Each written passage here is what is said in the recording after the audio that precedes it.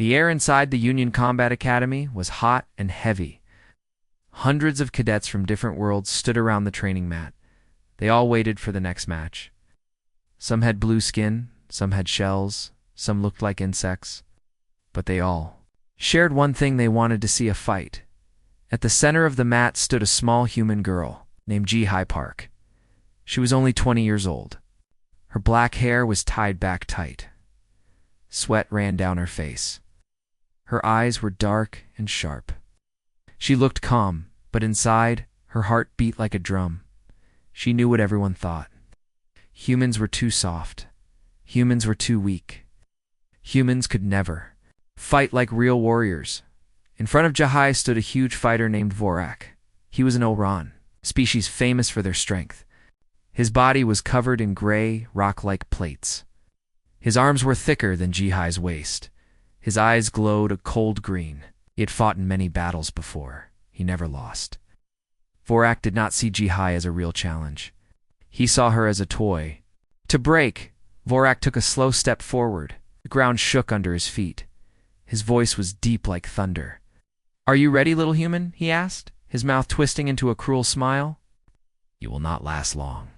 Ji-hye stayed quiet. She remembered the words of her grandfather back on Earth. When someone bigger than you wants a fight, keep your eyes open and your feet moving. She lowered her stance. She watched Vorak's shoulders. She knew that when he moved, she would have only a second to react. Around them, the other cadets started whispering. A group of tall, bird-like creatures made soft clicking sounds. They thought it was funny. A reptile creature hissed to its friend, "She will cry before it ends." Even some human cadets looked worried.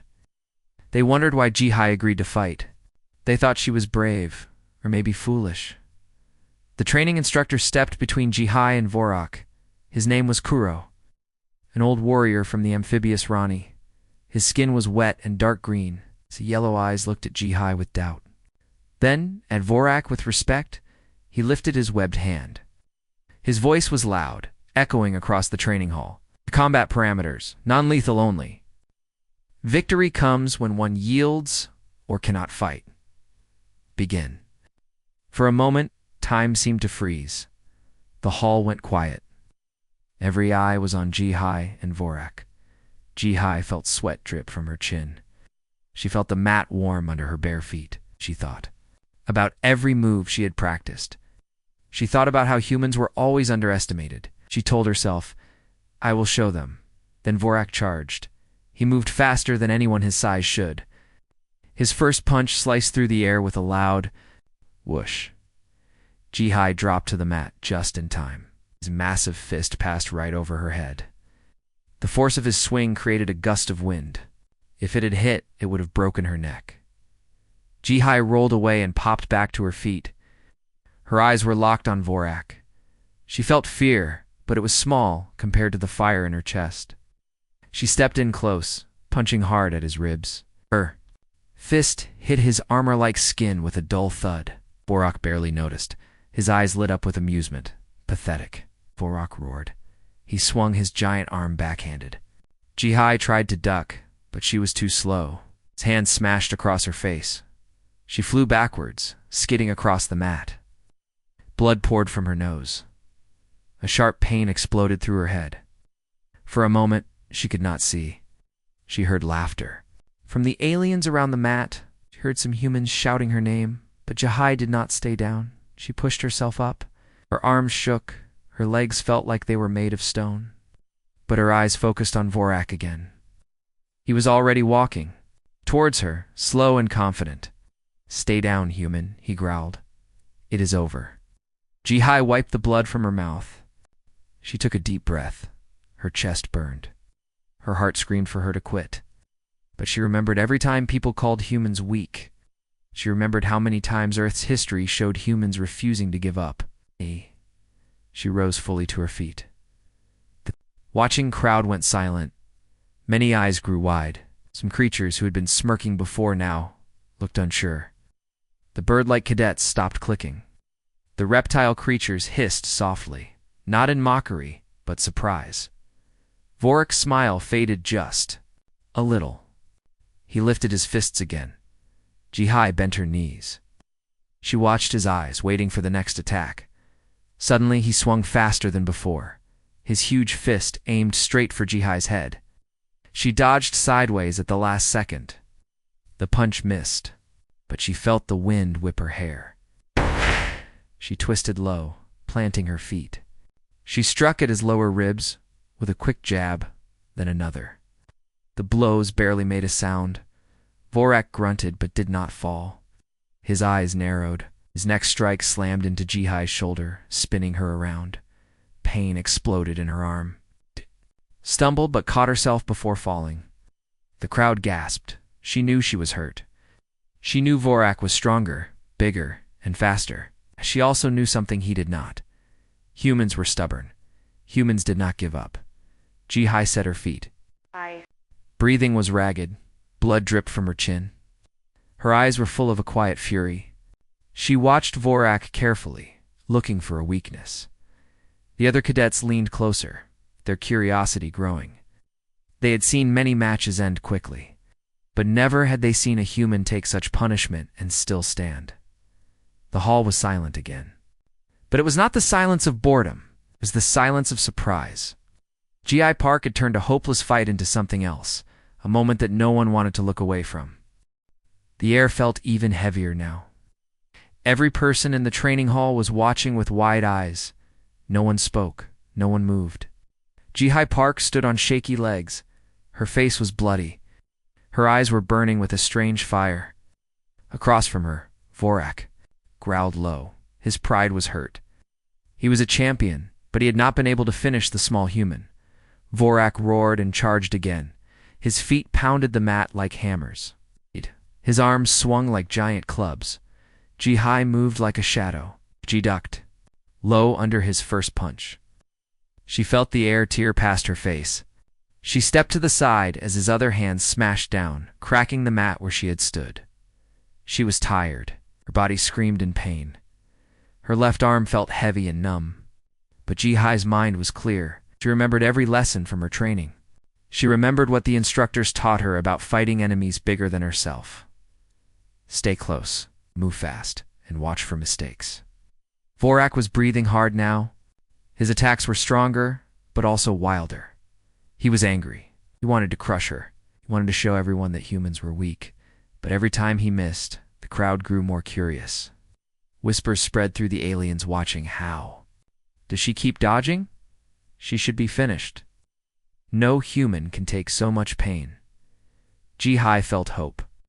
It was small, but it gave her strength. She stepped in close again, punching low at Vorak's side. The blows were light, but fast. She struck once, twice, 3 times. Vorak hissed and swung an elbow. The hit smashed into Ji-hye's ribs. She fell to one knee, coughing blood. Vorak lifted his huge arm high, ready to smash her down for good. The crowd gasped, sure this was the end. But Ji-hye's eyes snapped open. She saw something. Vorak's feet were too far apart. His weight was leaning forward. His chest was unguarded for just a second. Ji-hye exploded upward with every bit of energy she had left. She stepped inside his reach. She drove her hand forward, aiming for the spot under his chin. Her fingers pressed hard into the soft place just below his jaw. It was a place she had studied in medical books. A place no one thought a human could ever reach in a real fight. Vorak's eyes went wide. His roar turned into a choking sound. His whole body shook. His legs wobbled. Ji-hye grabbed his thick lower jaw with her left hand, her thumb pressing deep into a hidden nerve cluster. Time slowed down. Everyone watching seemed frozen. They saw the small, beaten human girl clutching the giant warrior's jaw. They saw Vorak's arms drop. They heard his breath come in ragged gasps. They realized what was happening. Ji-hye Park had found the secret weak point of a warrior everyone thought was unbeatable. 40 seconds had passed since Vorak's first mocking hit. Now he was on his knees, his eyes wide with shock and pain. Ji-hye's face was a mask of blood and sweat. But her eyes were calm. She leaned close, so only Vorak could hear. Yield, she whispered. Vorak's mouth worked silently. His pride told him to resist. but his body was weak. He felt like his bones were turning to water. His jaw twitched, and finally he gasped, "I yield." The hall erupted. Some cadets shouted. Others covered their mouths. Even the hardest warriors looked shocked. Kuro, the training instructor, stepped forward slowly. His yellow eyes were full of surprise and respect. "Match to Cadet Ji-hye Park," he said, in a voice that carried across the silent hall. Ji-hye let go of Vorak's jaw. She stepped back, swaying on her feet. She felt every bruise, every cut, every aching muscle, but she stood tall. She looked at the crowd. She saw the disbelief on the faces of aliens who had mocked her. They saw respect growing in eyes that had only shown pity before Vorak fell fully to the mat. Medical staff rushed in to check him. As they helped him sit up, he looked at Ji-hye with a new light in his eyes. It was not hate or anger. It was respect, the kind warriors gave to other warriors. Word of the match spread through the academy like fire. Cadets whispered in every hallway about the human girl who had taken a beating that would have killed many and still won. They told the story again and again, how she never stayed down, how she found a weakness no one knew about, how she made a giant yield in the days that followed. Something changed. Aliens who used to laugh at humans began to greet them with nods or even bows. Some asked to train with them. Some just looked from a distance, their eyes wary.